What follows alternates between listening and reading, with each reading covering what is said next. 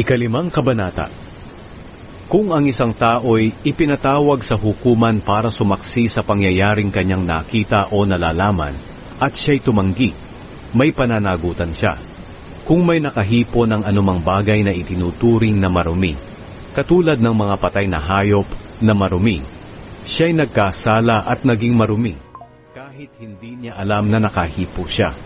Kung siya'y nakahipo ng mga maruming bagay ng tao, kahit hindi niya alam na siya'y naging marumi, ituturing pa ring nagkasala siya kapag nalaman niya.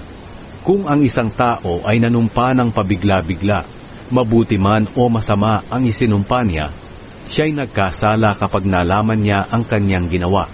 Kapag nalaman ng isang tao na nagkasala siya ng alinman sa mga nabanggit, kinakailangang ipahayag niya ang kanyang kasalanan.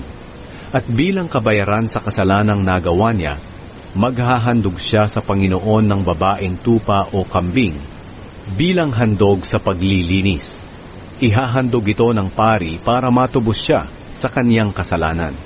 Pero kung hindi niya kayang maghandog ng tupa, maghahandog siya ng 2 kalapati o 2 ibon na bato-bato bilang kabayaran sa kaniyang kasalanan. Ang isa'y bilang handog sa paglilinis at ang isa'y bilang handog na sinusunog. Dadalhin niya ito sa pari, at ang unang ihahandog ng pari ay ang handog sa paglilinis. Pipilipitin ng pari ang leeg ng ibon, pero hindi ito puputulin. At ang dugo nito'y iwiwisik niya sa paligid ng altar, at ang natitirang dugo ay ibubuhos sa ilalim ng altar. Ito ang handog sa paglilinis. Ihahandog din ng pari ang isa pang handog na sinusunog, ayon sa paraan ng paghahandog nito.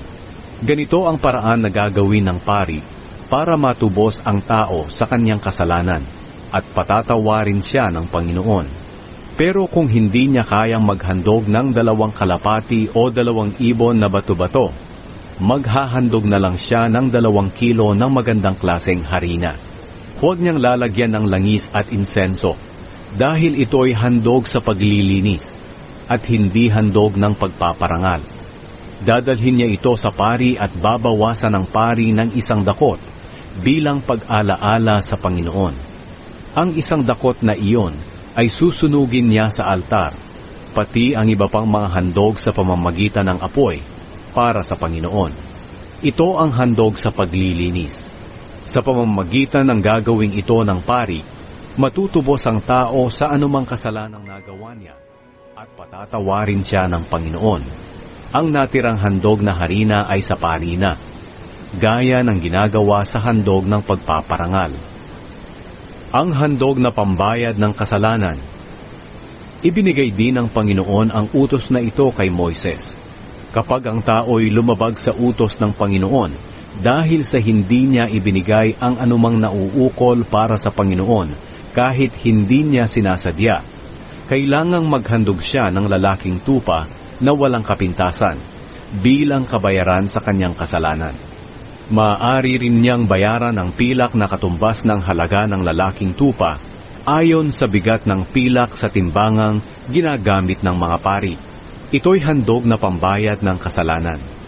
Kinakailangan niyang bayaran ang hindi niya naibigay na nauukol sa Panginoon, at dadagdagan pa niya ng 20% ng halagang hindi niya naibigay. Ibibigay niyang lahat ito sa paring maghahandog ng tupa bilang handog na pambayad ng kanyang kasalanan, at patatawarin siya ng Panginoon. Kung may tao namang lumabag sa utos ng Panginoon nang hindi niya alam, siya'y nagkasala pa rin at may pananagutan sa Panginoon. Kung alam na niyang nagkasala siya, kinakailangang magdala siya sa pari ng lalaking tupa na walang kapintasan na ihahandog niya bilang pambayad sa kanyang kasalanan. Maaari rin niyang bayaran ang pilak na katumbas ng halaga ng lalaking tupa ayon sa bigat ng pilak sa timbangan na ginagamit ng mga pari. Sa pamamagitan ng gagawing ito ng pari, matutubos ang tao sa kanyang kasalanang hindi sinasadya at patatawarin siya ng Panginoon.